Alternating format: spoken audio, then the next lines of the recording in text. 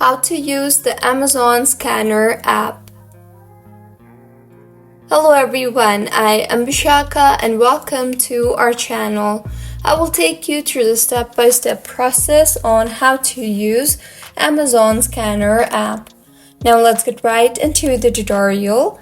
Firstly, go ahead and open the Amazon application on your device. Make sure you are signed in, and if not, then go ahead and sign yourself in. Now, in order to use the scanner in Amazon, go ahead and tap on the camera-like icon beside the search bar you see there. Amazon will then ask you for camera access, so allow the camera access and tap on Continue. You will now see three options there, that is Search, Upload, and Barcode. You can tap on Upload and search for a product from your camera roll. You can tap on the search option and a camera will open. Place your product within the frame and tap on the search button, and with this the product related to your picture will be shown to you.